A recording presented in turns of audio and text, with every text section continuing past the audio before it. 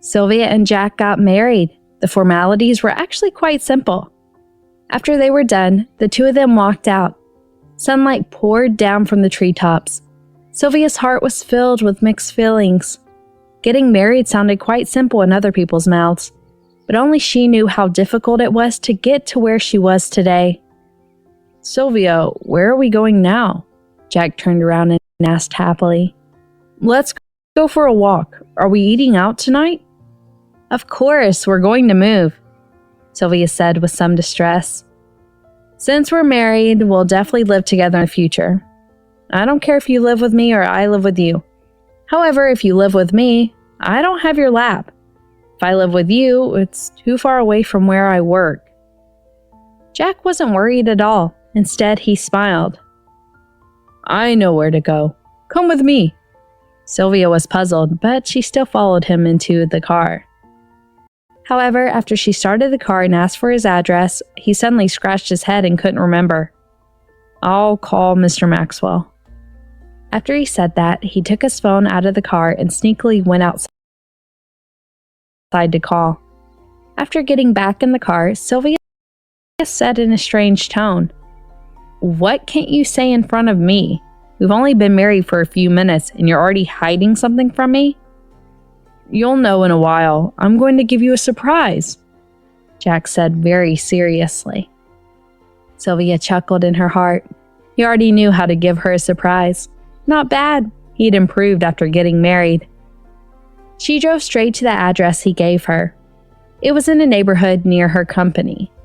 It was backed by a park. The neighborhood was not big, but they were all huge houses with a few villas in them. "Don't tell me you've bought a house here," Sylvia said in surprise.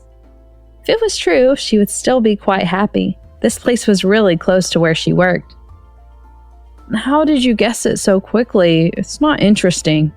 Jack was particularly depressed. Sylvia found it funny. "Come on! You suddenly brought me to an unfamiliar neighborhood. Normal people would have had the same idea, but you've only been back for a short while. Why do you have a nice house?" "I asked Mr. Maxwell to buy it after I proposed 3 years ago." Jack sounded sad when he mentioned it. "I originally planned to get married 3 years ago. Who knew that after I paid for it, I would go undercover? Although I left, Mr. Maxwell has been secretly helping me renovate.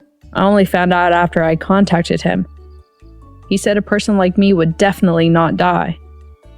Sylvia laughed. What Mr. Maxwell said made sense. However, this was a pleasant surprise.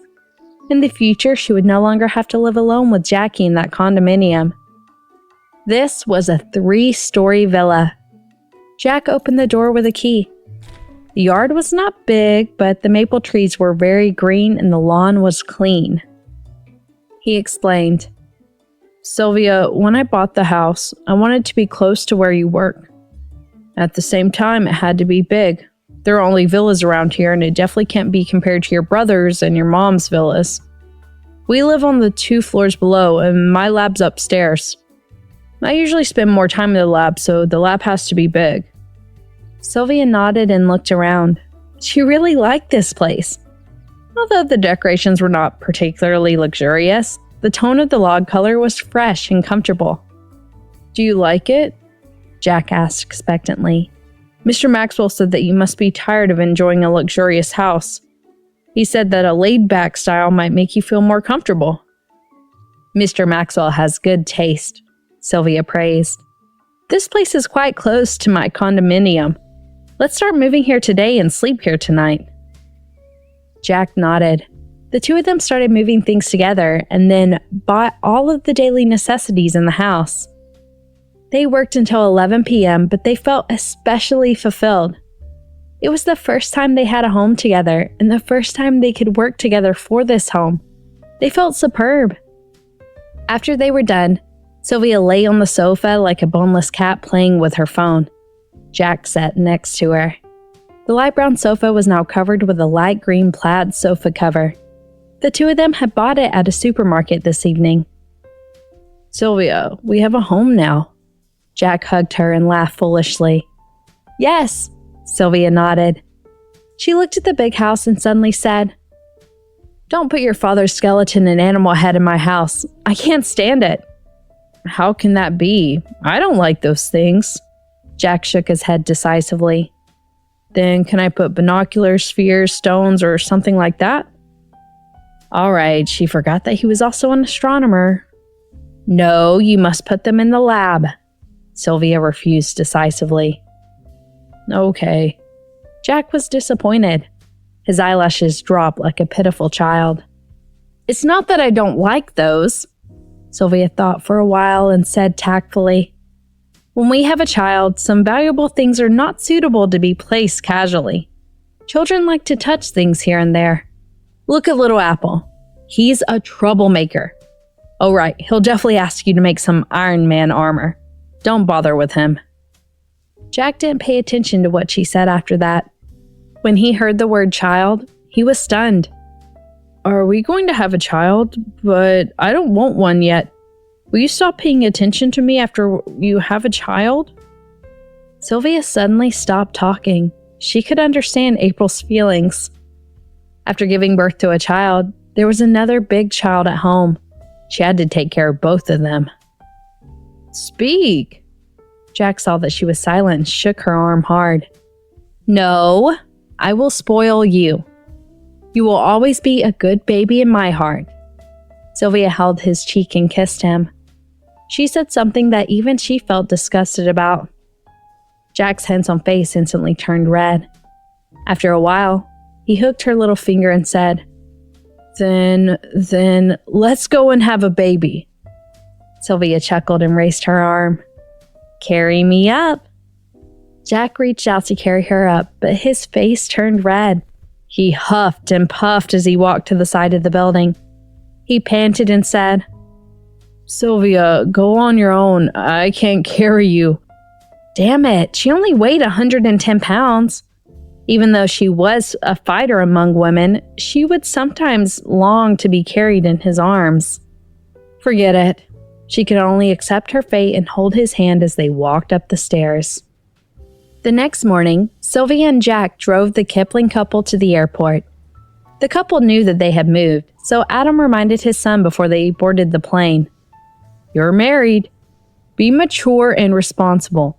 Don't let Sylvia worry about you. Wait for the summer vacation and have your wedding. During this period of time, you should take a good rest and don't forget your work. You must find another planet and place for human beings to develop life in the universe. Right now, the environment is too polluted, global warming is exasperated, and the glaciers are melting. We must have rich research results for the future generations. Yes, I will work hard. Jack nodded seriously. Sylvia blinked. As a policewoman who only knew how to arrest criminals every day, why does she feel? How great is that? Jack was stunned when he heard that. After a while, he nodded hesitantly. What you said seems to make sense. That's for sure, Sylvia agreed. The car stopped at the police station. Jack looked at her reluctantly. Sylvia, give me a kiss. Sylvia nodded in agreement. Just as he was about to kiss her, she suddenly stopped him. Wait. With Jack's puzzled gaze, she opened both windows. Sylvia, what are you doing? There were people coming and going in front of the police station. Jack was a little embarrassed. The people outside will see it. If they see it, they see it. Let's not care about other people's gazes. Sylvia hooked her arms around his neck. I'm afraid that if we kiss too passionately later, we'll be short of oxygen, so I opened the window first to get some air. Jack came to a realization. Sylvia, I'll control myself. You don't have to worry. I know, Sylvia nodded. I'm afraid that I won't be able to control myself. For some reason, his heart started to heat up. Before it even started, his entire body started to tremble. When his lips slightly touched each other, it was like two planets colliding. Sparks flew everywhere. However, not long after, Sylvia pushed him away. Be good, hubby. I'm going to work. Go to the supermarket later and buy more fruit. I love to eat. After she said that, she pushed the car door open and left. Jack looked at her back with desire. Sylvia was still as charming as before. He really liked her. At the police station today, Sylvia walked in as usual, but it was a little different. The people talking behind her back seemed to be more excited and gossipy this time. "Did I see wrongly? I saw Captain Bennett kissing a man in the car." "You weren't mistaken, I saw it too." "That man looked very handsome and young from the side." "Yeah, his nose was very straight." "Could that person be Professor Kipling?" "I don't know, but it should be." Sylvia went upstairs in a good mood. She had just walked into the area of her own detachment when Lenny joked, "Wow, someone from my team saw your car parked downstairs for a long time. You and Professor Kipling were really intimate, and the car window was wide open. Officer Bennett, you're really fearless." Sylvia raised her eyebrows and smiled. "How am I fearless? Can't I even kiss?" "It's not that you can, but you still opened the car window. You did it on purpose, right?" Carlo had a look that said, "We understand you." "I did it on purpose. What about it?" Sylvia said snappily. "It's because those people always like to gossip about me not being married. Let me tell you, I'm already married." After she said that, she took out the marriage certificate and threw it on the table. Look, it's real. I'm married." "No way!" Her colleagues quickly came over and stared at her marriage certificate. Some of them had never seen Jack before and praised his look on the certificate. "Captain, I finally understand why you haven't changed your mind after so many years. Who would be interested in others after having such a handsome boyfriend? Look at his looks. It's as if she's being hugged and protected." The person who said this was one of Sylvia's subordinates. Although she was in her 30s, she was still a face judger. Her idols were all young hunks in the entertainment industry. Sylvia gave her a look that said, "You know me." Lenny was speechless as she poked at her marriage certificate. "But why did you bring your marriage certificate with you? Did you show off on purpose?" Her colleagues gave her a look that said, "You're so brave." Everyone knew the reason. But they admired Lenny, for she dared to say it in front of the boss. "I have to show it off." Sylvia didn't know the meaning of shyness at all. "How have I endured the humiliation of being an old unmarried woman for the past 3 years? I'm finally married now, to a handsome man and a scientist. If I don't show off now, when will I show off?" "Captain, what you said makes a lot of sense." Carlo took the lead and said, "We'll help you spread this news to every corner of the Bureau, especially to Captain York." "There's no need to be too deliberate." Sylvia put away the marriage certificate. "All right, our private mode ends here. Now, let's start working mode." The atmosphere in the office suddenly changed. Everyone knew that Sylvia was a workaholic when she worked. And she didn't show any mercy when she lectured people. As her team hadn't made such progress in work recently, Sylvia harshly lectured those people who deserved to be lectured. Then she ordered the people to do things, and then she personally went to meet the victims' families. She was busy until noon when she received a call from Jack. "Sylvia, are you busy?"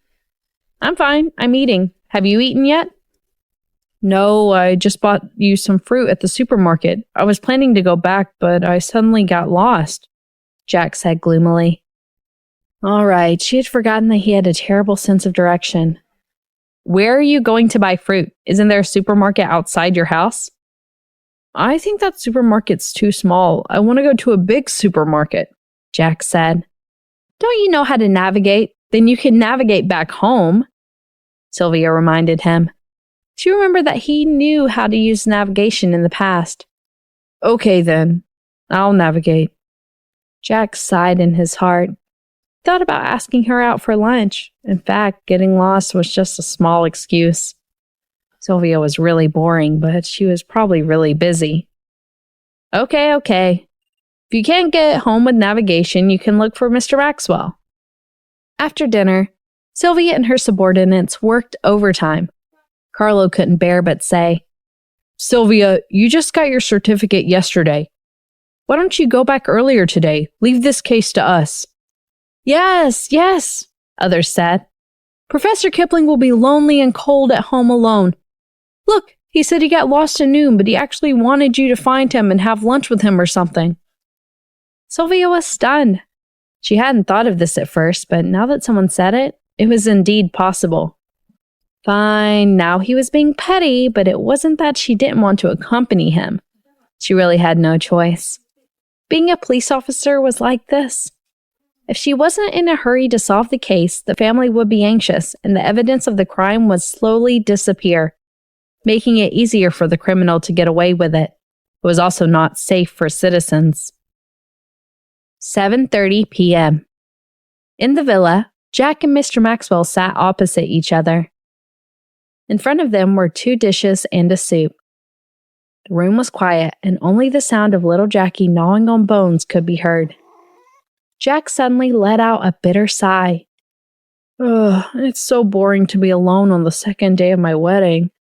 2 lines appeared on Mr. Maxwell's forehead. "Sir, am I not a human being?" Could he really just ignore him like that? "You are a human being, but you're not my wife," Jack said truthfully. "You're an old man." He could have just said the first part, but could he not have added the last part? "Sir, I am only 50 years old, okay? And you will also grow old one day. I will grow old together with Sylvia." Mr. Maxwell sighed, meaning that he would grow old alone. "Sir, didn't you go through the same thing in the past?" Mr. Maxwell said helplessly. "If you're really bored, go upstairs and do your experiments." Jack shook his head. "I've been doing experiments every day for the past 3 years. I'm tired." "You've been doing experiments like this for more than 10 years in the past, but you don't seem to be tired." Getting married was indeed more problematic. "I want to take a good rest for a while." Jack put down his spoon and looked up at the clock in the living room. It was still very early. "You should send Miss Bennet some supper." Mr. Maxwell knew that he was not in the mood. "You can pick Miss Bennet up on the way. You can walk there. After all, it'll only take 20 minutes to walk there." Jack's eyes lit up and he nodded. Summer came especially early in Rosewood City. Jack rarely went to the shop alone. He had gone with Sylvia before, but he hadn't been there since. As soon as he walked in, he couldn't bear to face the enthusiastic waiter. "Sir, are you alone? What would you like to eat?" The waitress looked at the handsome man in front of her. It wasn't that she had never seen a handsome man, but she had never seen such a handsome man. Look at his misty eyes. "I'll order supper for my wife." Jack recalled that Sylvia liked fish and chips the most in the past. She would order pork too, so he ordered all her favorite dishes and carried them to the police station. Although it was night, there were people at the police station at all times, especially since the police were cracking down on criminal activities. Many people had been caught by the police in the KTV or at nightclubs. Jack walked all the way in. There were all kinds of people inside, such as those who were dyed with yellow hair and wearing miniskirts. They were squatting against the wall. "Hi, handsome." A woman with red hair smiled and waved at him. "I have something for you." After saying that, she quickly stuffed a card into his pocket. Jack was baffled and quickly dodged. Just as he was about to take it out, a policeman came over and shouted at the woman with the red hair. "This is the police station! Behave yourself! I don't know how many times I've arrested you. You're unrepentant and corrupted. I think I'll have to lock you up for another 1.5 years this time." After saying that, the policeman looked at Jack coldly. "What's your relationship with them? Are you one of their family members?" Jack was stunned. "No, I'm here to look for my wife." The policeman took a deep breath and looked at his stunned expression. A trace of sympathy welled up in his heart. "You said that one of them is your wife? Sir, you should get a divorce as soon as possible." The more Jack heard, the more confused he became. My wife isn't here. My wife is... Officer, I'm here to bail out my client. A woman's voice suddenly came from behind. Ma'am, how many times have you bailed him out this year? The officer smiled at the person behind Jack. The woman walked over. Seeing Jack's gaze pause for a few seconds, she asked tentatively, You are Professor Kipling? Only then did Jack notice the woman in professional attire beside him. She had exquisite and gorgeous red lips. He couldn't tell whether she was good-looking or not. In any case, he felt that Sylvia was the most beautiful. You don't recognize me? Seeing that his eyes turned puzzled, Kiera said, I'm Sylvia's friend. Hearing those two words, Sylvia, Jack's eyes moved. I'm here to look for her. She's my wife. Today, the police station inexplicably announced the marriage of Captain Bennett of the Interpol Brigade. What kind of person was Captain Bennett? In the police station, she had the image of an iron-blooded policewoman. She was even more desperate than a man when it came to arresting criminals. No one thought that any man could hold her back. However, a few days ago, they suddenly heard the chief say that Captain Bennett's boyfriend had gone undercover.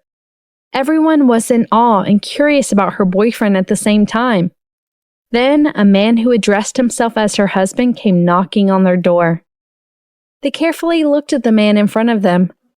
There were faint scars on his face.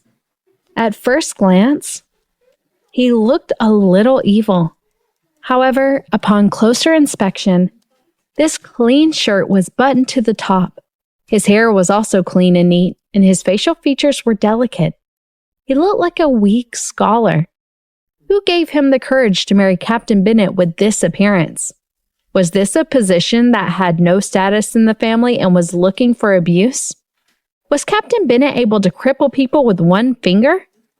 May I ask, is Sylvia, you mentioned, the Captain Bennett of the Criminal Police First Team? The officer asked tentatively. Jack thought carefully for a moment. He seemed to remember that Sylvia said that she was quite arrogant now, that there were many subordinates under her. It should be. The officer was speechless. What do you mean, I think so? Don't you know what your wife does at the police station? I haven't come to the station to look for her for a long time, Jack said in distress. I heard that she's been promoted now.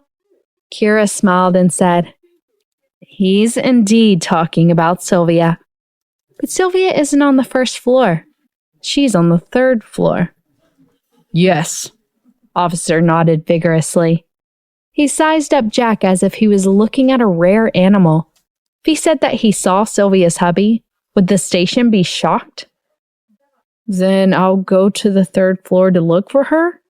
Jack had just moved his legs when he saw Sylvia, Carlo, and the others walking down the stairs. Jack's eyes lit up, and he quickly walked over with his long legs. Wife! His voice was gentle and polite. Even if he raised his voice, it was not loud. It was only the second day that Sylvia had become his wife. She was not familiar with this title, so she did not notice and walked quickly. Carlo only stopped when he saw a man chasing after them and calling them honey. He quickly tugged at Sylvia and said with a smile, Someone's calling you honey. Sylvia stopped. This time when she saw Jack, he was still holding a midnight snack box. Why are you here? He was still calling her honey with all his might. Didn't he used to call her Sylvia at home? Honey, I got you supper, Jack said as he looked at the men behind her. The two men seemed to have gone through a lot, so he was relieved. Professor Kipling, long time no see. Carlo quickly shook his hand. Do you still remember me? Jack frowned and shook his hand, then said thoughtfully, I know, you used to work together with my girlfriend. Do you still solve cases together? Carlo's lips stiffened and he said embarrassedly, Yes, we solve cases together, but I'm her subordinate now. Jack nodded and then turned to Sylvia. Sylvia, you're great. Carlo felt like crying. Professor Kipling, don't say that. Think about my feelings too. What's wrong? Jack was confused. Sylvia's so powerful. It's normal for her to rise faster than you. Carla suddenly did not want to talk. A person like Professor Kipling definitely did not have any friends. It had been 3 years since he last saw Professor Kipling. He'd forgotten what he had been like in the past. All right, give him some face, Sylvia said with a smile. I'm going back soon. Is it necessary to send me supper? You're so good looking. What if you get kidnapped when you come out in the middle of the night? Jack blushed and stammered. My wife is a police officer. I'm not afraid. Sylvia, when did you get married? How come I didn't know at all? Kira walked over with her bag in her hand and greeted me with a smile. You didn't even send me an invitation. Sylvia laughed when she saw her. I'll definitely call you if I'm going to hold a banquet. After all, I came when you got married. Now it's your turn. Forget it. You better invite me. Kira smiled and waved her hand. When do you plan to hold a banquet? Summer. We just got our marriage certificate yesterday. Sylvia winked at her. How is it? Is your married life treating you well? You guys, a lawyer and a judge, yet insist on getting married? Aren't you sworn enemies? Don't you have a small quarrel every 2 days and a big quarrel every 3 days? Kira smiled helplessly. We never talk about work when we go home. We want to avoid conflicts. This is our professional ethics. We're not sworn enemies, are we? If you want to talk about sworn enemies, we're the real rivals with the prosecutor. Sylvia sighed. Anyway, I can't stand your husband's serious look. He was just like the political and educational director when I was in school. Every time I see him in the court, I get annoyed. The last time we caught a dying criminal, we finally sent him to court, but the lawsuit failed. He was supposed to go to jail for more than 10 years, but in the end, we lost some money and just let it go. Speaking of which, it's all your fault as lawyers. What's the point of fighting so many cases? You two are annoying from the inside out. Kira did not think much of it. She smiled regretfully and said, It can't be helped. If you lose the case, it can only be said that you don't have enough evidence. Sometimes even a judge can't do anything about it. He knows that the person below is a bad person and he wants to arrest him, but he has to follow the rules of the law. If he doesn't follow them, then it will be chaotic. Kira sighed. Every profession has its own difficulties. You have to put yourself in his shoes to know. Just like how I'm going to bail my client out today, your police officers will probably be annoyed to see him. They will come to the police station once a month. But in my eyes, he's just a child who has never done anything bad. That kid? Sylvia sighed and shook her head. He was spoiled by his father. By the way, haven't you ever thought of changing your career to become a prosecutor? You and your husband are a perfect match. No, there are prosecutors in this world, so there must be lawyers. I like the feeling of being able to dominate the business world. Kira smiled and threw her bag behind her. I'm not going to talk to you anymore. I'm getting annoyed talking about your hubby again. Goodbye. Only then did Sylvia look at Jack. Seeing that he was silently looking at Kira, he looked unwelcoming and anxious. Sylvia, I've never seen her before. Jack said what was on his mind. Are you familiar with her? If he was familiar with her, he would remember her appearance, and he would take the initiative to greet her and nod next time. My brother's friend. She's a lawyer, and we have some contact from time to time. Sylvia looked down at the time. I have to go to the technical department. Can you go upstairs to my office and wait for me? Lenny, take him upstairs and come find me right away. Jack also saw them walking out, and he guessed that something was up. So he did not say much and nodded. When I come back, I'll eat the supper you bought, Sylvia said with a smile before leaving. After Sylvia left, Jack followed Lenny to Sylvia's office last year. Lenny used the key to open the door and explained, There is some confidential information in the captain's office, so you have to lock the door at all times. You stay inside for a while. If anyone comes in, don't let anyone touch it. But I don't think anyone would dare to do so. Jack nodded. After Lenny left, Jack sat alone on Sylvia's desk. In the past, every time he came to the police station, he would wait like this. However, at that time, Sylvia's desk was really small and the environment was not as good as here. However, there was one thing that had not changed. It was still as messy as before. However, he did not tidy up.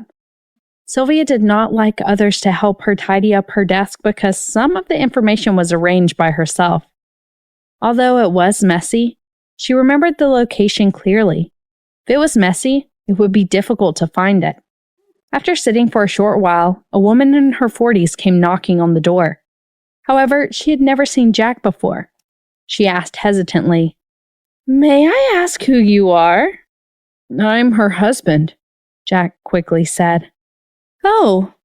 The woman was stunned for a while, then a strange look flashed across her face. "Where's Captain Bennett?" "She went to the technical room."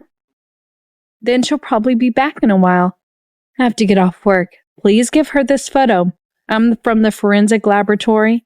The woman handed the photo to him. Jack glanced at it casually. After looking at it, his face instantly turned pale.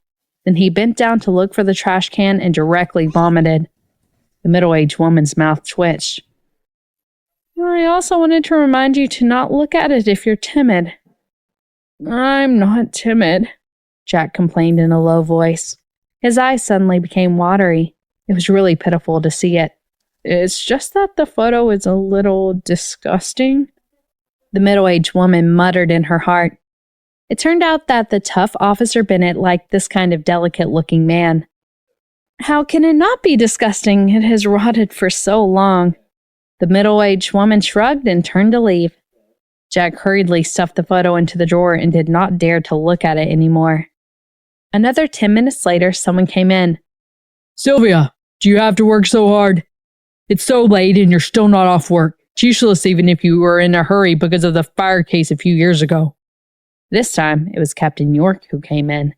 He had been unhappy with Sylvia recently, especially after being praised by the bureau chief. He was even more unhappy and wanted to tease her when he had the chance. However, as soon as he opened the door, he saw a handsome and refined man sitting inside. "You..." "Sylvia's husband." Jack immediately straightened his back as if he had a huge honor on his back. Captain York quickly shook his head. "I'm a colleague of Sylvia's. I'm the captain of another team." "Hello." Jack shook his head and looked at him warily. "Why are you looking for my wife so late at night?"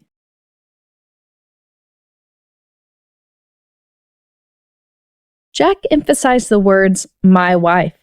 No one could understand his feelings. He had finally gotten married to Sylvia, and he had been cooped up at home for the past 2 days. Now that he was finally coming to Sylvia's workplace, of course he had to let others understand his current relationship with Sylvia. That way, he could prevent some crazy bees and butterflies from getting close to her. Although this Captain York in front of him looked quite old and unshaven, he also had to be on guard against this mature man. Moreover, he had read a report last time that said that old men had a higher chance of cheating than young men. I'm fine. I just saw the light in Officer Bennett's office.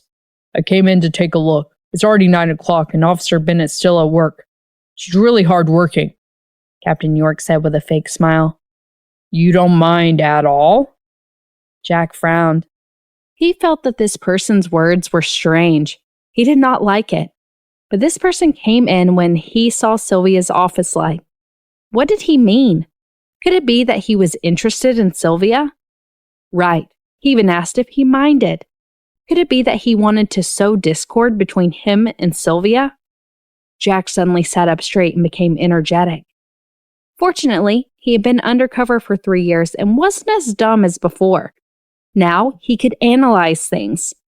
It was really hard to guard against love rivals now. "I don't mind. I think my woman looks especially good when she works hard." "Officer Bennett works overtime every day," Captain York sighed. "Moreover, Sylvia is famous for her bad temper. Generally, no man can handle it. When we heard that you and Officer Bennett were married, we really admired her. I sincerely wish you all the best." "Thank you, because I'm not an ordinary man." The more Jack heard, the more unhappy he became. He was sure that this person was trying to sow discord. Only I know if Sylvia's temper is good or not. As Sylvia's colleague, it doesn't seem right to say that about her. Tell me honestly, are you interested in Sylvia? Are you jealous that I can have such a beautiful and capable wife like her? Your behavior is considered to be harassing a married woman. Captain York was dumbfounded. He did not know how things had turned out this way. No, I'm already married. That's even more serious. You're already married, but you're still thinking about someone else's wife. Jack became angrier the more he spoke. I'm warning you. In the future, keep those thoughts away from my wife. Otherwise, no matter who it is, I won't be polite. Captain York was dumbfounded. He just did not understand why this person would think that he liked that hag, Sylvia. What was this person thinking? You have misunderstood. I really didn't. Jack said coldly. I understand. Of course, you don't care to admit it. Believe it or not, I'll go talk to your wife. He was wrong. He should not have come in. He should have not been so mean.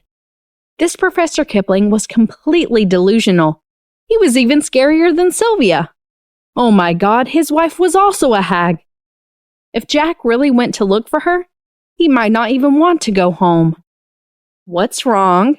At this moment, Sylvia finished her work and walked back with Carlo and the others. When she saw the gloomy atmosphere in the office, she was baffled.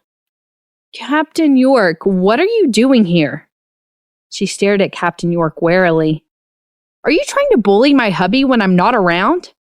10,000 llamas galloped through Captain York's heart. Your hubby's so powerful, would he dare to bully him? Even if he had 10 guts, he wouldn't dare to. He was the one being bullied, okay? In the future, when he saw Jack, he would have to take a detour. Soon, Sylvia came in. Misunderstanding. This is definitely a misunderstanding, Captain York quickly said. Now, I just saw the professor here and found out that you got married today. As a colleague, I came to congratulate you. He's really handsome. The two of you are really a match made in heaven. However, I think you might have misunderstood. He thinks that I like you. I think you have to explain. I'm really innocent. Captain York almost choked on his words. Sylvia was speechless. This was really a nightmare-like misunderstanding. Behind them, Carlo and the others looked at Jack as if he had lost his mind. The two of them silently thought to themselves, Professor Kipling, not everyone has guts like you. Jack pursed his lips. Sylvia, I didn't want to say it at first, but everyone knows that he has a soft corner for you. Captain York really wanted to cry. Sylvia felt good when she saw Captain York's rare expression. She wanted to explain, but thinking about Captain York's usual behavior, she said earnestly to Jack, Don't let your imagination run wild. Captain York's daughter is already in university. How can I like him? I think he's too old to even be my dad. Sylvia! Captain York gritted his teeth in anger. What was she saying? She was saying that he was too old, but she didn't explain that she didn't like him at all. They were competitors, okay? Watch your mouth. How am I wrong? Sylvia looked innocent. Didn't your daughter go to college? Captain York almost vomited from anger. I'm aging faster than your dad. Is it because I often work overtime and stay up late? Besides, that's not the point. You have to explain it to your husband. I have no feelings for you. Yes, I only explained from my point of view. Sylvia looked as if she had just remembered and continued. Hubby, Captain York can't possibly like me. In his heart, he secretly treats me as his niece. After all, he knows that he can almost be my uncle. Uncle is very anxious, especially in recent years. Whenever he has nothing to do, he would nag me that I should get married, that I should put down my career and take care of my husband and children. Behind them, Carlo and Lenny tried their best to hold back their laughter, but their faces were so stifled that their facial features were deformed. This was bad. Their captain was really too mean. She was taking revenge on Captain York for always making fun of her for not getting married. Looking at Captain York's expression was so angry that he looked like he was about to explode. Sylvia, you... Sure. Captain York gave Sylvia a thumbs up. Fortunately, he did not have high blood pressure, or else his blood pressure would have skyrocketed. Of course, I'm good, Sylvia smiled. I'm very confident about the position of head captain. Niece, don't be too full of yourself. Captain York walked away angrily. As soon as he left, Carlo and Lenny leaned on the door and laughed until their stomachs hurt. Captain, I'm really convinced by you. I dare say that Captain York will take a detour whenever he sees you. Sylvia was also smiling. Only Jack was baffled. They were clearly discussing how Captain York liked Sylvia. So how did they suddenly get into a competition for a position? Sylvia. All right, stop overthinking. Sylvia raised her hand. Captain York won't like me. He treats me as a competitor. The chief captain of our bureau will probably be transferred in the next 2 years. The chief captain position is vacant. He has been in the bureau for decades and has long wanted to take that position. But I think I'm not inferior to him. Jack scratched the back of his head in realization. So I misunderstood? Sylvia sighed. He really didn't understand how there could be such a terrible misunderstanding. Could you please take a look at the appearance next time you misunderstand? Your wife is a face judger, after all. Jack raised his eyebrows. Didn't you say yourself that you're no longer a person who only cares about appearance? Carlo clenched his fist and coughed lightly. He looked at Jack sympathetically. How could you believe a woman's words? It was impossible. I was joking. Sylvia immediately turned serious and almost slipped up. By the way, didn't you bring me supper? I was just hungry. Jack quickly took out the things he had ordered. His handsome face was slightly regretful. I bought you what you like to eat, but it's a little cold. It's okay. Even if it's frozen, it's still delicious. Sylvia winked and opened it. It was all her favorite food, like fish and chips, meat, eggplant, and chicken wings. Her heart warmed. She didn't think that he would still remember after so long. Carlo and Lenny's mouth itched. Captain, we can eat some too. We haven't had enough for dinner. Sylvia was about to nod in agreement, but Jack quickly said, No, I didn't buy your share. It's all my wife's. Carlo couldn't help but roll his eyes. He knew it was his wife, so there was no need to repeat himself. But you bought a lot. Captain probably won't be able to finish it all by herself. Jack thought for a while and said, Then you have to wait for my wife to be fully full first. What if she finishes eating? Carlo and Lenny were silent for a while. They couldn't resist the fragrance. Lenny said weakly, Captain, you can't forget our friendships just because you have a hubby. We have to share the good things together. All right, let's eat together. Sylvia couldn't stand the sight of these two. Moreover, she had originally planned to eat with them. Jack pouted. Sylvia touched the back of his head and said, During these 3 years you were away, their girlfriends and wives sent supper over. I also ate it, so I had to share it with them. Now is the time for me to return the favor. I understand. Jack nodded. I'll help you return the favor as soon as possible. From now on, I'll send you supper every time you work overtime, okay? Thank you. It's so good to have a hubby. Sylvia turned and kissed him on the cheek. Lenny shivered and turned to whisper to Carlo. I think I saw a tigress and a kitten kissing. Right, Sylvia, someone from the forensics lab sent you a photo just now. Jack had just finished speaking when Sylvia's eyes lit up. Where are the photos? Let me see them. The corners of Jack's mouth twitched. Let's look at them after we eat. They're quite disgusting. It's okay, I'm used to it. Seeing that he didn't move, Sylvia guessed that it was in the drawer. She opened it and saw that it was really there. Then she looked at the autopsy photos while eating chicken wings. Carlo and Lenny couldn't stand it and left far away from her. Jack looked at Sylvia in shock. He threw up at a glance and then looked at Sylvia's calm look as if she was reading a book. He didn't know what to say. Sylvia, how can you eat? Jack was shocked looking at Sylvia's calm face. Why can't I eat? Sylvia looked at the photo seriously as she ate the chicken wings. Jack almost gagged. Why was there a need to ask why? It was disgusting and terrifying. Carlo patted his shoulder. You need to get used to it. Some things just need to be looked at twice. Jack frowned deeply.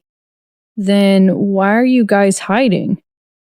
Not everyone is as powerful as this big miss, Carlos said with an embarrassed smile. That's why I'm her sidekick now. Don't you believe me? In the past, when I first started working on this kind of criminal case, I vomited every time I saw the photos. Later on, I became numb after I vomited too much. Sylvia often went to the forensic laboratory when it was really safe and I didn't have a clue.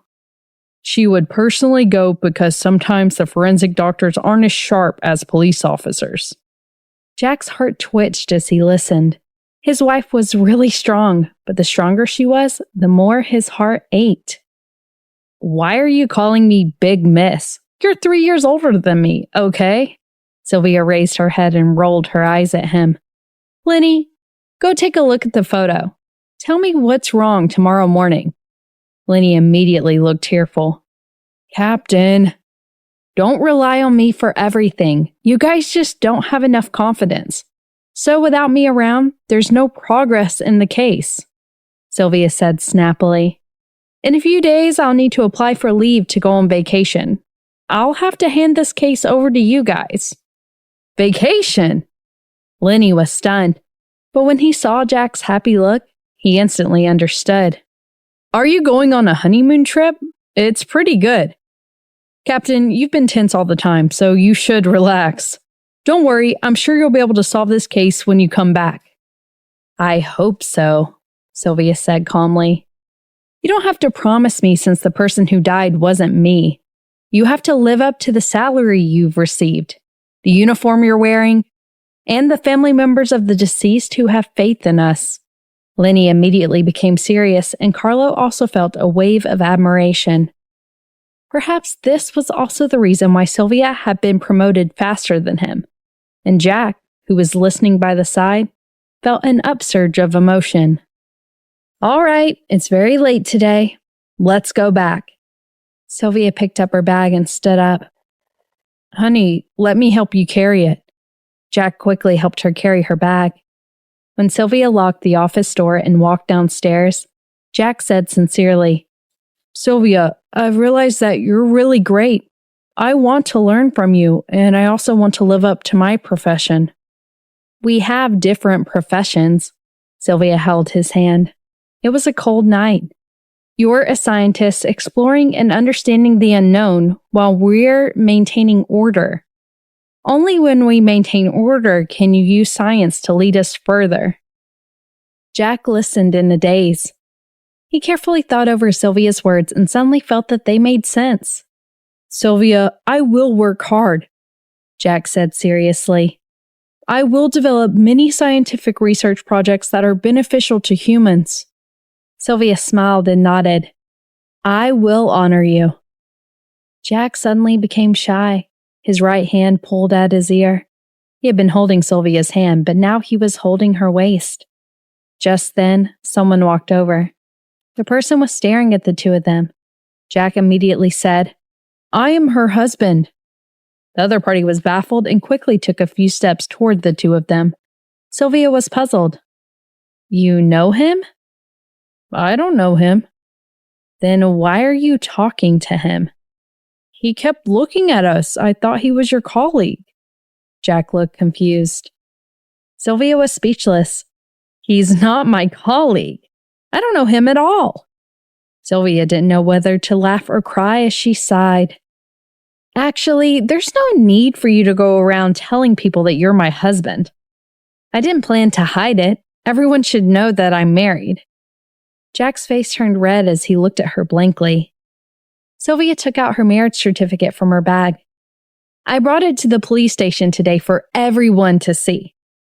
Jack was stunned. He suddenly understood and smiled sweetly. His Sylvia was amazing. She even knew to bring her marriage certificate with her. Sylvia, leave the certificate at home tomorrow. Don't drop it. Okay. The two of them unknowingly walked out of the police station. Sylvia asked, Where did you park the car? I walked here. Let's walk back, Jack said with a smile. It's not far from home. Sylvia exhaled and lazily shook her arm. To be honest, after a day of work, she just wanted to go home, take a hot shower, play with her phone, and sleep.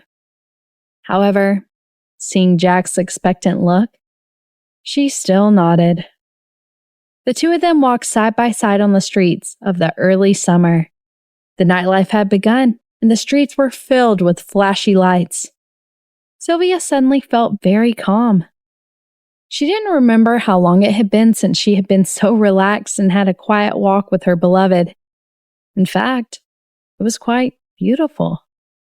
By the way, Sylvia, you said that you planned to take a leave of absence to go on a trip with me.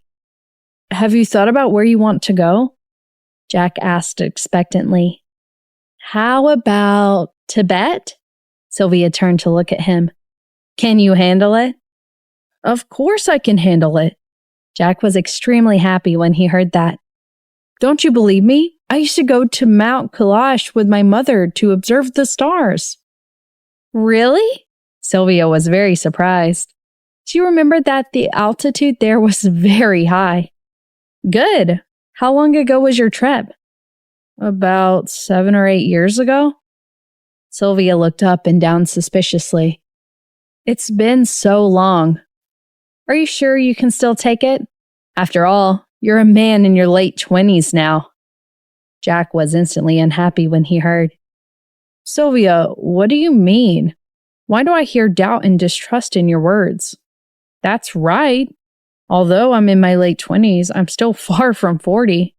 If you're really worried, I'll strengthen my training in the near future. Okay, then you should exercise more. It wasn't that Sylvia didn't believe him, but she really hadn't seen him exercise before. Go to the gym for an hour every day before you go. I don't want to go to the gym, Jack frowned. There are too many people there and the air's not good. I'll just run in the park. You definitely have to run and you have to go to the gym to be professionally guided by a coach. Sylvia suddenly approached him mysteriously. It's rare for us to go on a honeymoon, so don't drag me down. Also, we're not just going to go sightseeing. At night, we also have to, when you're panting on the bed of high altitude, I won't be able to enjoy myself. Jack's heart was burning. He hadn't thought of such a thing, but when Sylvia mentioned it, his body felt it was being thrown into boiling water. Yeah, you're right, Sylvia. I'll sign up for fitness tomorrow. Sylvia's suggestion was really motivating. When Mr. Maxwell heard that Jack was going to the gym, he was shocked. He had tried to persuade Jack to go to the gym before. After all, it was not a good idea to stay in the lab every day, but he would not listen. It was only the second day of their marriage and Mr. Kipling had decided to go to the gym. Mrs. Kipling was indeed not ordinary. In the evening, Sylvia was comfortably soaking in the bathtub while playing with her phone. After half an hour, Jack urged her from outside. Sylvia, stop soaking. You'll faint if you soak too long. I've cut some fruit for you. Okay. Sylvia got up reluctantly. After putting on her pajamas, she saw that Jack had put his clothes in the basket. She picked them up and wanted to wash them together. Before putting them in the washing machine, she touched his pants pocket. It would be troublesome if she didn't take out a piece. After searching for it for a while, she took out a card. When she saw the contents, her face froze. A moment later, she walked out with a cold face holding the card. Jack was happily eating grapes. When he heard the noise, he quickly turned around and saw Sylvia wearing an ice blue nightgown with the top on the inside and a robe on the outside. She was extremely sexy and charming, but her eyes were too cold. His restless thoughts were like frosted eggplants. Sylvia, what's wrong? Sylvia held back her anger and threw the card in front of him. Jack picked up the card in confusion and looked at the photo and text on it. His handsome face turned red and he said embarrassedly, Sylvia, why did you bring this card home? What do you mean? I wanted to ask you the same thing. Sylvia rolled her eyes at him. This was in your pocket, Jack. You're amazing. You brought this home the next day of our marriage? What do you mean? She was really angry. Although she knew what kind of person he was, she would still let her imagination run wild. In the past, she had also joined the Vice Squad. The police had raided the houses and caught a bunch of Johns. Those people were usually the elites of society. Some of them were good husbands and good fathers. When the police informed their families to come over, some of the wives could not believe it. However, Sylvia was the one who knew the most. She had seen many men and many of the most unbearable ones. Jack was completely stunned. That's impossible. Why would I have something like that in my pocket? Sylvia did not say anything. She just raised her eyebrows and looked at him. If you confess, I'll let you go. Jack was so nervous that he pulled at his hair with all his might. He pulled out a few strands of hair. Sylvia, I really don't know. I swear to God. Okay. She swept her dagger-like eyes across him. Speak. I'm speaking. Jack continued to feel wronged. I'm wronged. I can't be more wrong. Sylvia looked at him as if he had been wrong and felt aggrieved.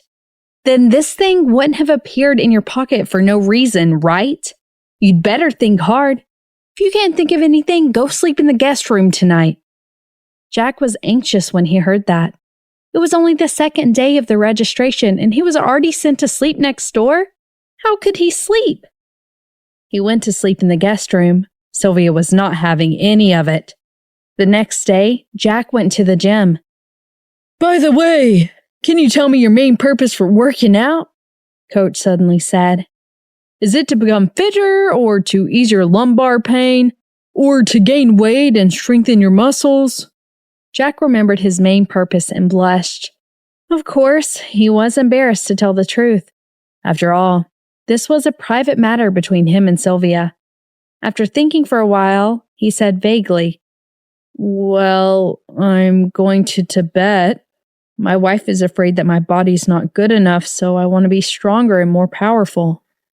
Also, it lasts longer.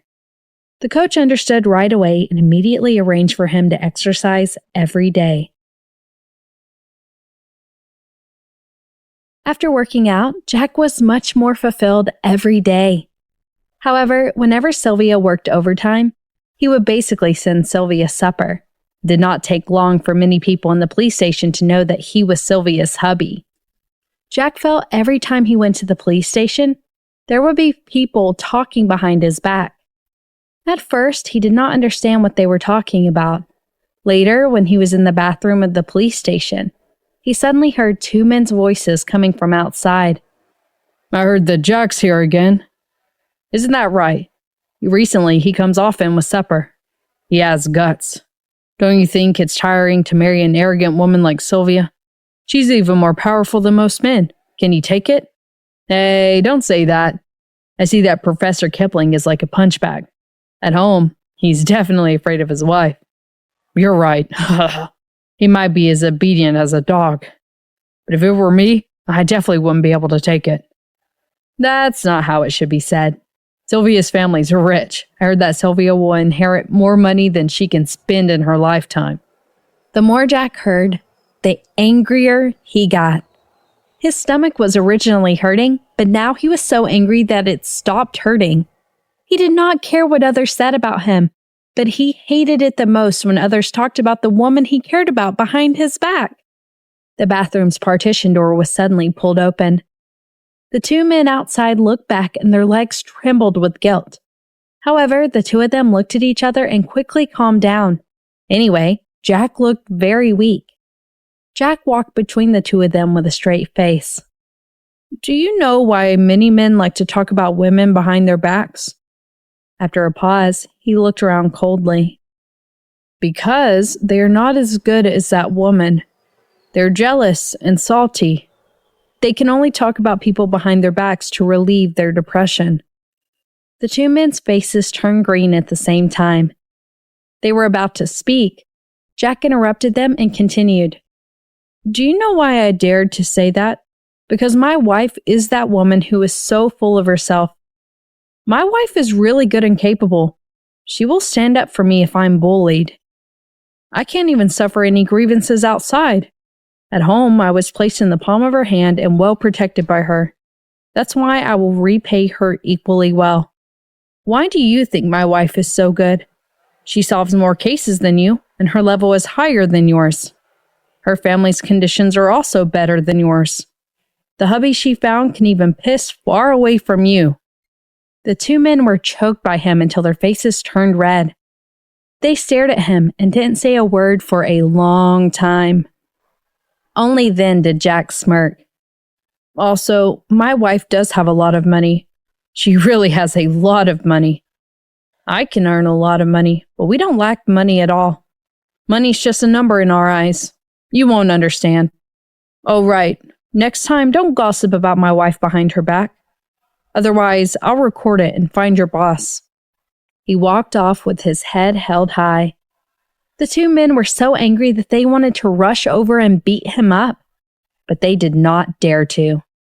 They could only grit their teeth in anger, thinking that the next time they saw Jack, they would make way for him. After getting off work that night, Sylvia finished her work before walking towards Jack, who had been waiting quietly by the side. She did not know what had happened to him tonight, but he had been sulking. This was jealousy. Pure and simple jealousy. "Sylvia, I heard some of your colleagues say bad things about you in the bathroom today. I taught them a lesson," Jack said angrily. Sylvia was shocked. "You fought with them?" She was not worried that Jack would not win. After all, he could easily defeat them with some high-tech equipment. It was just that fighting was not good. "No, I used my words to humiliate them," Jack paused and said. "I said that they couldn't even piss as far as I could." Sylvia burst out laughing. She did not expect him to say something like that. "I didn't know that you were so confident in yourself, huh?" Jack blushed and acted coquettishly. "Sylvia." "Thank you." Sylvia held his arm and cheekily kissed him on that cheek. "Hubby." Jack's heart was unbelievably sweet. "This is what I should do. I'm usually quiet because my bottom line hasn't been challenged. And my bottom line is you. I'm not afraid even if I have to fight to death with them." Sylvia silently pressed her small face against his arm. She had mixed feelings. "Actually, I can guess what they will say. They will definitely say that I'm too powerful, too fierce, or something like that. It's not like I haven't heard the gossip before. In the past, when I was still a small police officer, people wouldn't say these things and I didn't have the time. Later, when I became a high-ranking officer, there were many people who said it. Jack, do you really not mind at all?" "Sylvia, what kind of person do you think I am?" Jack panicked. I like you. I like you no matter what you like. People who are really broad-minded won't care about these things. Only those who are jealous of you will gossip. Moreover, this is a relationship between the two of us. I know very well whether you treat me well or not. Even if you don't treat me well, I still like you. Who asked you to touch me the first time I met you in the alley?" He lowered his head shyly. Sylvia was also embarrassed. It was really a misunderstanding. However, it had been so long, she did not want to explain. Moreover, her husband's words made her happy. His understanding made her feel that she did not find the wrong man, and she did not wait for the wrong man. "Hubby," Sylvia suddenly whispered in a seductive tone, "I've been too busy these few days and neglected you. I'll accompany you tonight." When Jack heard that, his entire body tensed up and his face turned red. He quickly stammered, "Sylvia, look at how tired you are at work today. Why don't we stop walking and take a taxi back?" Sylvia chuckled and poked his chest with her finger. Her tone was ambiguous. "Sure, you've become bad now." Jack bit his lips and didn't say anything. He silently added in his heart that he had been led astray by her. It was midnight in the bedroom. Sylvia laughed softly as she pulled herself into his arms. Suddenly she said, "Hey, so you have muscles too now?" Jack was stunned. "Do I?" "You really do." Sylvia lifted the blanket and pointed at his stomach. It was not obvious, but there were traces of it. Sure, it's been working recently. Jack saw that she was unable to put it down and could not help but ask in a low voice, Sylvia, do you like it? It's quite sexy. Sylvia smiled and lowered her head, not hiding her admiration at all. If you like it, then I'll train more in the future. Jack was overjoyed. On Sunday night, Sylvia was rarely not too busy with work. In the evening, she called her parents, older brother, and sister-in-law to her and Jack's new house for dinner. Caitlin looked at the house and was quite satisfied with her daughter's place. Although it was not as big as their villa, the yard was clean and the villa looked comfortable. Jack cooked dinner that night. After eating for a while, Erin secretly said to April, who was urging her son to eat, His cooking can't be compared to yours. April rolled her eyes helplessly and said in a low voice, We're in his house. You're eating his food. Don't say that. Besides, his cooking skills are better than yours. Erin frowned and said, I'm just telling you in secret. Why are you attacking my cooking skills? Don't you know how good I am? April sighed. Why was he so confident in his cooking skills? She did not mean to compliment him in the past. She was just giving face to each other when they were in love. Didn't he understand that? Mom, feed me. Little Apple suddenly opened his mouth and urged her. April peeled a prawn and threw it into his mouth. Erin could not take it anymore and said, Why don't you eat it yourself? He used to be the only one who had this kind of treatment. Little Apple ate the prawn lazily and said righteously, I need a mother's love. I think you need a father's love even more.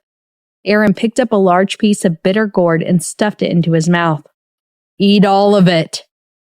April ate her food quietly. She was used to seeing such things at home a few times a day. Jack watched them quietly. He was very annoyed. He felt that children were not very nice things. Besides, wouldn't it be better to have gentle girls at home? By the way, I heard that you're planning to go to Tibet for a vacation? Asked Caitlin. Yeah, we're planning to go to Gangrenboki Peak, said Sylvia. Jack said that he wants to see the stars with me. The corners of Erin's mouth twitched, indicating that he could not understand people who went to Gangrenboki to see the stars. He had been there when he was a soldier. That scenery was beautiful and the stars were really beautiful, but ordinary people really could not get used to it. Besides, it was hard for a honeymoon couple to go there. As he was about to say something, April suddenly said enviously, Look at the stars. Oh, it's so romantic. I really want to go there. After saying that, she cupped her chin and looked at Erin, saying, I remember that you went there when you were a soldier. You must be familiar with the route. Sylvia's eyes lit up as well. It would be good if her brogue could go there. Although she did not really like him, it was her first time going to such a remote place. It would be good to have someone familiar to lead the way. Facing the hopeful eyes of the two women, Erin frowned and took a sip of the juice. He calmly said to April, The stars are indeed beautiful. Why don't we go to the beach and watch the stars together? Hawaii seems nice. I heard that there's a place to watch the stars there. Little Apple immediately raised his hand and said, I want to go. I want to go too. I want to swim. Who said I want to take you? Shut up.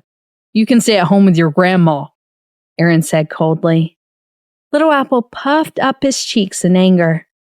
April frowned. Her eyes turned cold as she said, I don't want to go to the beach. What's wrong with the beach? You can eat seafood, enjoy the sea breeze, go out to the sea and dive. It's so beautiful.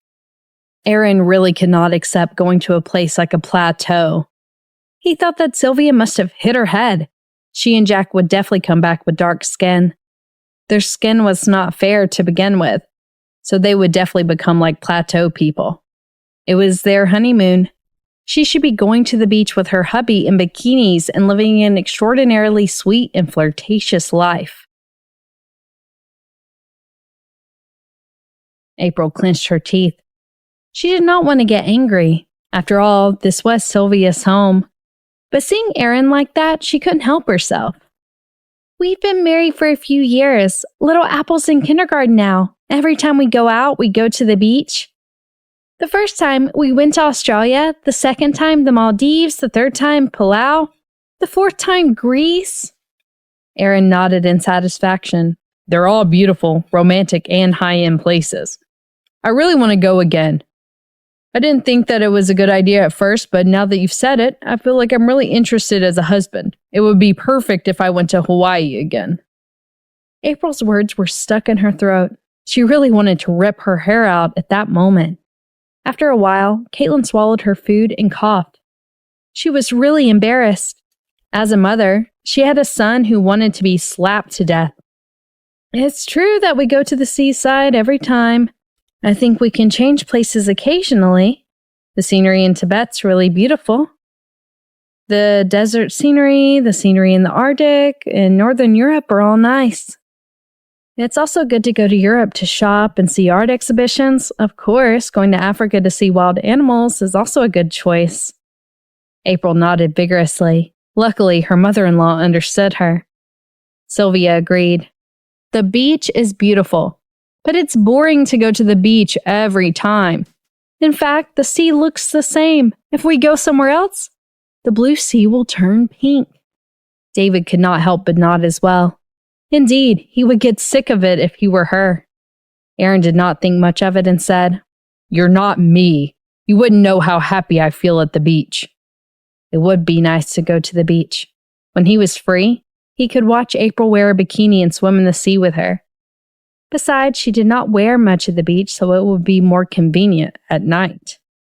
April almost spat out. Everyone knew what he was thinking. Since you like going to the beach so much, I won't stop you. At most, I won't go next time. You can go by yourself. By the way, Little Apple also wants to go. Next time, you and your son can go together. No! The two voices spoke almost at the same time. Little Apple quickly hugged his mother's arms. Dear Mommy, I don't have to go to the beach. I'll go wherever Mommy goes. As long as Mommy's there, I'll go anywhere. Aaron felt goosebumps all over his body. He glared at his son. Please, this is what I wanted to say. This bastard beat me to it. Baby, you're so cute. April kissed Little Apple on the forehead and said, If that's the case, how about I take you somewhere else for summer vacation? Okay. Little Apple was so happy that he almost jumped up.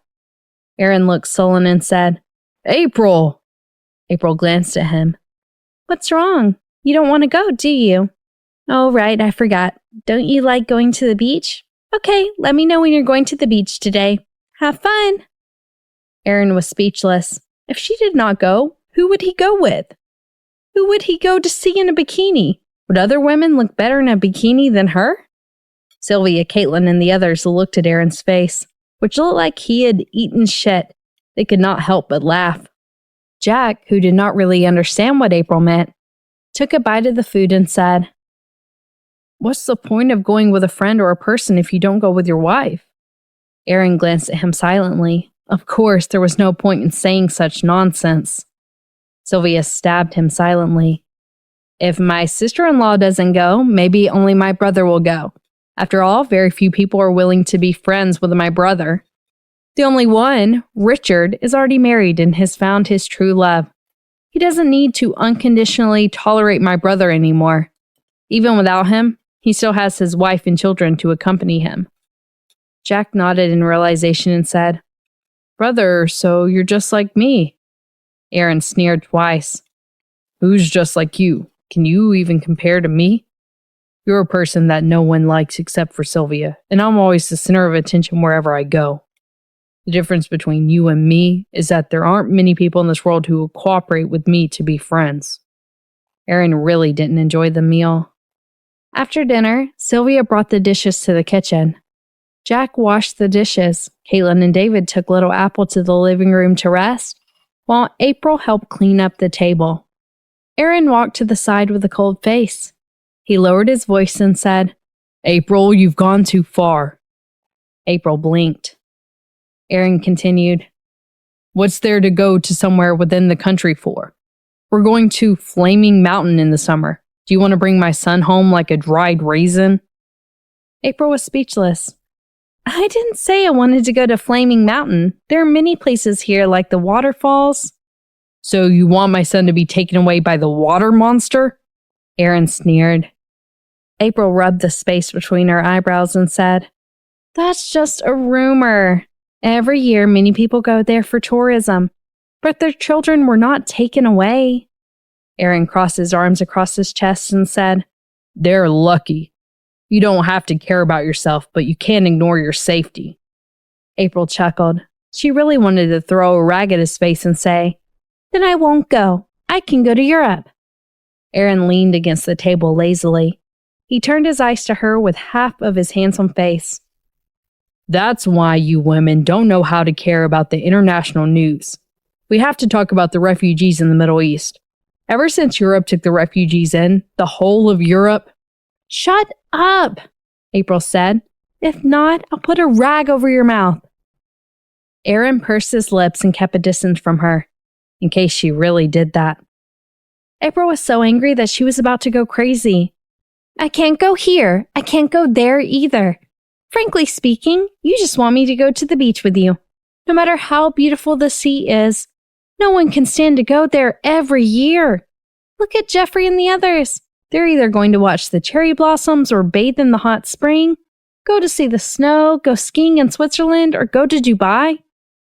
I don't expect you to learn from them, and I don't expect you to go with me. But don't go so far as to stop me from going anywhere. Aaron could feel waves of anger coming at him. No matter how slow he was, he could sense that his wife was angry. He felt wronged. He was not the kind of person who would not change his mind. If she begged him and brought him along, he would agree. Let me tell you, I'm definitely going to the waterfalls. I don't want you to worry about your son being taken away by the water monster. I've decided to bring my parents. If my family of 3 is taken away, then you can get a new wife. April angrily threw the rag at him and walked away. Aaron was depressed.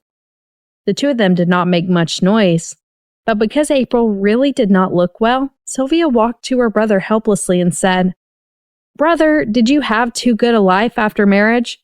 Sister-in-law is too obedient to you. You need to be taught a lesson again.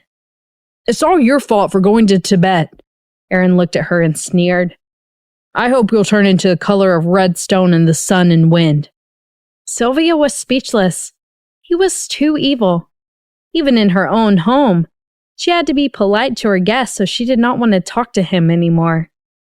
Aaron's wife ignored him. His sister ignored him, and his son ignored him. David did not like him either, so he ended up being very bored. After playing with his phone for a while, he could not help but move closer to April. However, because his son was sitting next to April, he had squeezed Little Apple tightly. Little Apple protested. Don't squeeze me. Aaron ignored him and said to April, Baby, let's go and watch the Boonie Bears with Little Apple tonight, okay? Okay. Little Apple nodded happily and said, I agree. Let's go now. I didn't ask you, I asked your mom. Aaron gave him a faint look. You said baby just now. Little Apple raised his head. Of course, I'm talking about your mom, Aaron said. Don't put me in your shoes. Little Apple pouted.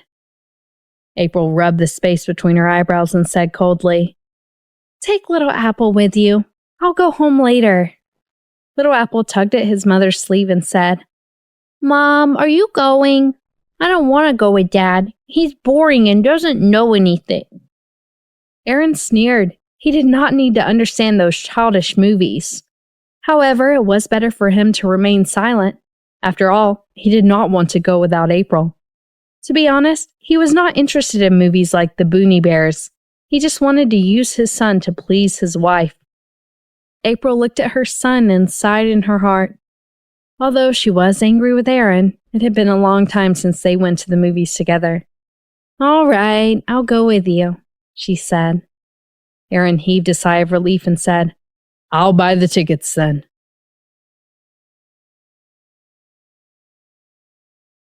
After booking the tickets, Aaron took them away immediately. Sylvia watched her brother leave and could not help but say to Caitlin, "My brother doesn't know shame anymore." Caitlin spread her hands helplessly and said, "He has such a sharp tongue. If he still doesn't show shame, his wife will run away in anger." Sylvia nodded. She could understand. On the way to the movie theater, April sat in the back with Little Apple in her arms. Aaron glanced at the mother and son who were playing behind him. He was frustrated. His woman should sit in the front passenger seat and his son should sit in the child's seat, without his wife in front. Driving alone was really lonely.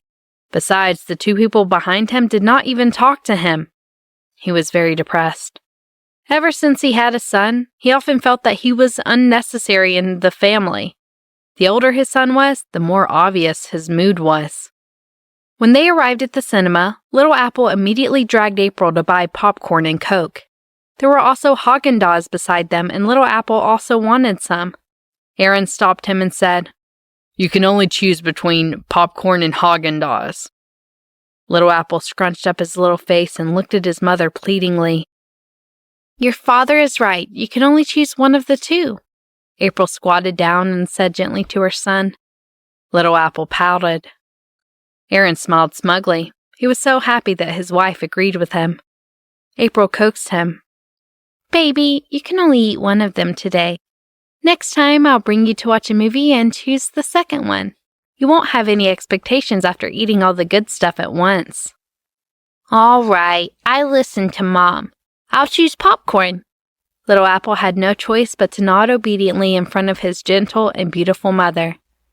"You're so good." April encouraged her son and kissed his forehead. Aaron looked at her with envy. He was sure that he had given all the treatment to his son. He suddenly wondered if he would lose his status in April's heart if she gave birth to another child. He suddenly realized the problem was a little scared. He had always wanted a daughter, but he had not thought about the consequences. He would love to have a soft and cute baby like his daughter, not to mention April. April paid for the popcorn and Coke. Seeing that Aaron was still in a trance, she said rudely, "Are you coming or not? If not, my son and I will go first." Aaron was very upset that his son was so gentle but was so cold to him. He quietly followed her and asked, "Baby, where's my Coke?" April was still angry. She rolled her eyes at him and said rudely, "Didn't you say that Coke kills sperm? How can I let your precious sperm be killed?" Aaron swallowed. Little Apple raised his head and asked, "Mom, what are sperms?" This time it was April's turn to be choked. She pulled her son and said unnaturally, "Hurry up and go in, otherwise you'll miss the opening." The reservation was for 3 people. As the reservation was late and there were too many people coming over for the weekend, Little Apple naturally sat in the middle. After the movie started, it was dark inside. Aaron glanced at April and could only see her blurry side profile. He sighed in his heart, wondering if he and April were going to sit further away after having 2 children. If they had 3 children, his wife would not be able to see him clearly. His son and April were enjoying the popcorn and no one gave it to him. Although he did not like that kind of food, it did not feel good to be ignored. He thought for a moment, then picked up his son and sat on his son's seat. Little Apple sat on his lap. "Daddy, what are you doing?" Little Apple twisted his body. "Little Apple, don't move," Aaron said gently. "I haven't watched a movie with you for a long time. I want to hug you like this to strengthen the bond between father and son. I love you." Little Apple shivered and felt like vomiting.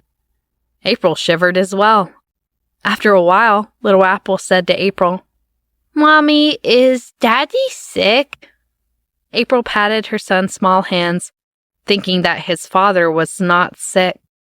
He was going to make a scene again, but she still said, "Ignore him. Watch the cartoon." Little Apple twisted his body, feeling extremely uncomfortable. He was used to his father treating him like a side character. If his father was nice to him, he would not be like his father. Seeing that his son and wife had stopped talking, Aaron reached out to grab the popcorn in April's hand and ate it with a smile. April pretended not to see him, but when he picked up her Coke and drank it, she could not help but glare at him. Aaron immediately choked on his Coke. He leaned closer to her and whispered, "April, don't worry about me. I have too many good sperms." April was speechless. Who's worried about your sperm? Don't flatter yourself. April was choked by his words, especially when she saw the smile in his eyes. She really wanted to throw the Coke in his face.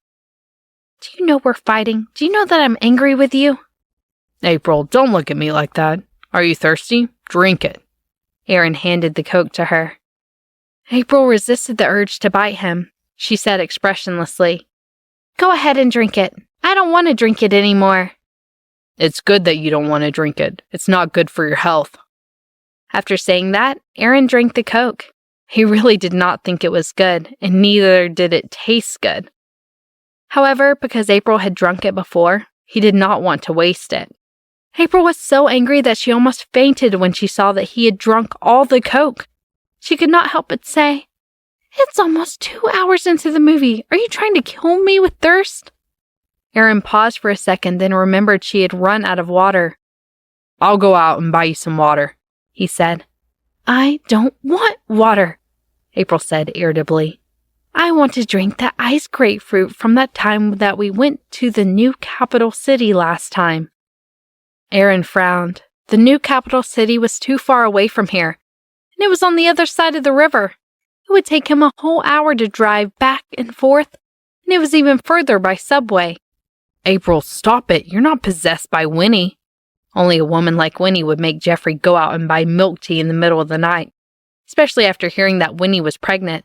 He felt sorry for Jeffrey, but now he felt sorry for himself. "It's fine if you don't want to go. I know it's too far."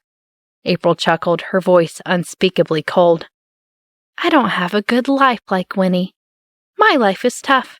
If you want to find a man, you should find a younger one. Who said that the older ones can spoil people unconditionally?" Aaron rubbed his eyebrows and put down his son. "I'll go buy it. What else do you want to eat? Do you want the layer cake from last time?" "It's up to you." April glanced at him. If he did not buy it back, he would be dead. "Papa, I want cake," Little Apple said hurriedly. Aaron gave him a "don't even think about it" look and left. Without the evil man by her side, April was finally quiet. However, she was not interested in children's movies, so she tried her best to watch them. After watching for an hour, Aaron did not come back. She took out her phone to check the time and scrolled through her social media. 5 minutes ago, CEO Bennett posted, "My baby wants to drink iced grapefruit. It was Sunday from the east to the north of the city. The subway was so crowded that there was almost no space to stand. However, no matter how hard and tiring it was, I have to go. After all, my baby is the most precious treasure to me." The photo below showed him standing in a long line as he entered the subway. At least 10 people were standing in front of each line, and the entire subway station was crowded. Caitlin commented first, "You deserve it." Sylvia commented, "You deserve +1. Richard commented, "April's always been understanding. Did you do something to piss her off again?" Winnie commented, "I suddenly feel like drinking too. I'll ask my husband to buy it." April wanted to laugh. Sometimes she hated him so much that her teeth were itching. But sometimes she could not get angry because of him. Just like now. She was angry before, but when she saw him standing in such a long line, she felt sorry for him. She should not have asked him to buy drinks during the peak of the day off.